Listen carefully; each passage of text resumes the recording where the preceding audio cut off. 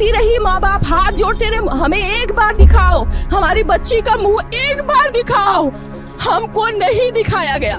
बच्ची का शरीर में कोई कपड़ा नहीं था, पैर दोनों राइट एंगल में मिला गया। Was found dead inside a government-run medical college and hospital's seminar hall in Kolkata. चश्मे को कूटा गया, जिसकी वजह से आंखों से खून निकल गया, गला दबाकर मारा गया। कोलकाता के आरजी कर मेडिकल कॉलेज एंड हॉस्पिटल के 31 वर्षीय महिला डॉक्टर की रेप व हत्या के मामले से आज पूरा देश आक्रोश में डूबा हुआ है और ये घटना पश्चिम बंगाल के स्थिति को बखूबी पूरी दुनिया के सामने दर्शाती हुई नजर आ रही है। जहां एक और देश में एकमात्र महिला मुख्यमंत्री ममता बनर्जी है जो महिलाओं के लिए बड़ी बड़ी बातें करती रहती है, बड़ी बड़ी वादे करती रहती है, तो वहीं महिलाओं की जब सुरक्षा की बात आती है तो मौन हो जाती हैं।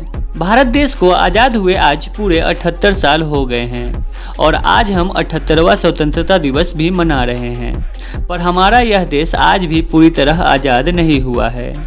वह आज़ादी कैसी जहां महिलाएं पूरी तरह आज़ाद न हो, जहां महिलाओं को आज भी बुरी नज़र से देखा जाता हो। महिलाएं मानो एक भौतिक वस्तु की तरह हो जिसका हमेशा से बस इस्तेमाल किया जाता रहा है।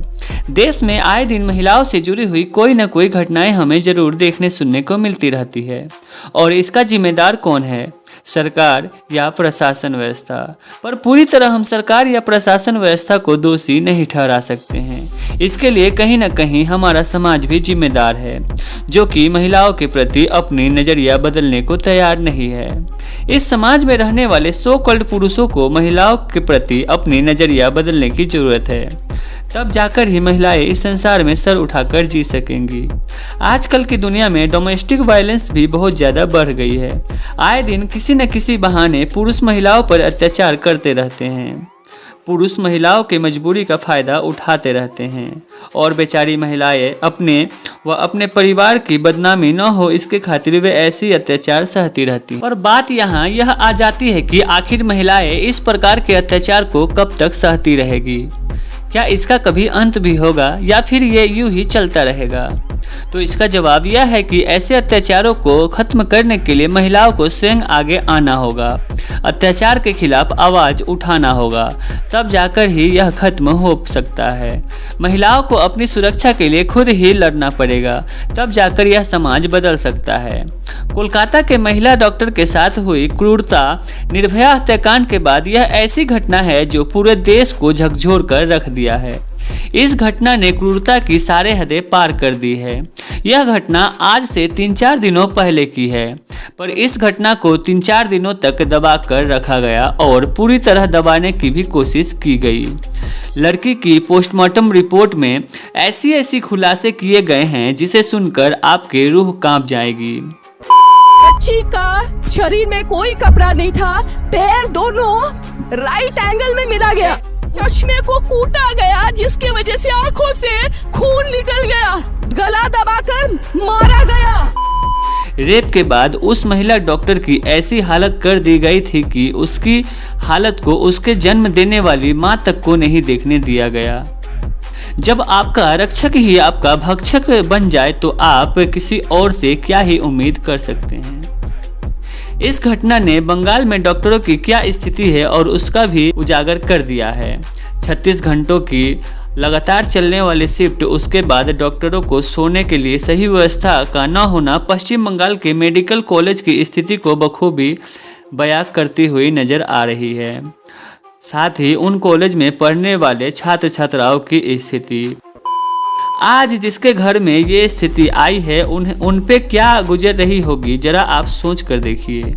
माँ बाप अपने बच्चों को अपने जीवन के सारे सेविंग्स को उनके जीवन संवारने के लिए उनके पढ़ाई पर खर्च कर देते हैं ताकि उनका बच्चा पढ़ लिख कर डॉक्टर इंजीनियर बन सके, और अंत में कुछ दरिंदों के कारण उनका सपना चूर चूर हो जाता है।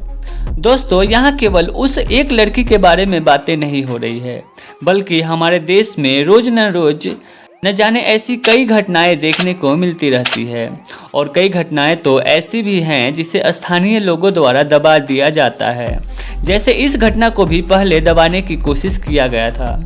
इसीलिए आप सभी से हाथ जोड़कर निवेदन करते हैं कि कृपया करके इस घटना के प्रति आप भी आवाज़ उठाएं और आपके आस पड़ोस में भी अगर ऐसी घटनाएं देखने को मिलती है तब भी आप आवाज़ उठाते रहें।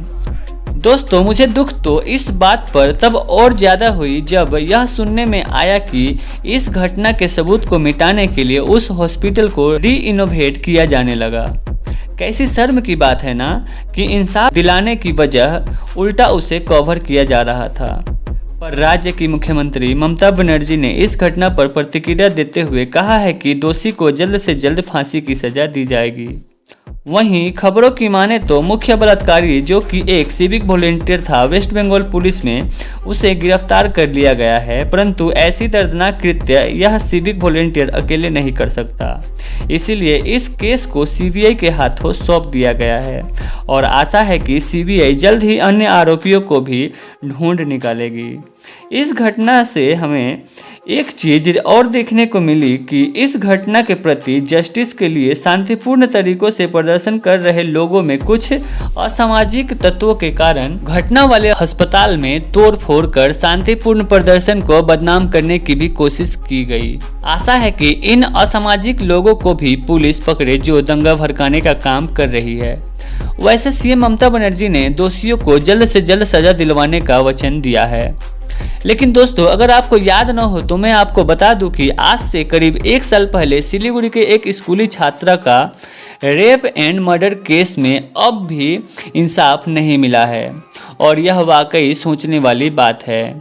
इसीलिए आप सभी से हाथ जोड़कर निवेदन है कि इस घटना के प्रति जितना हो सके आवाज़ उठाएं ताकि आगे चलकर इस प्रकार की नौबत और किसी पर न आए। वैसे इस घटना के प्रति बॉलीवुड के सितारों ने भी आवाज़ उठाई है, इसलिए अब आपकी बारी है। Justice for Kolkata girl.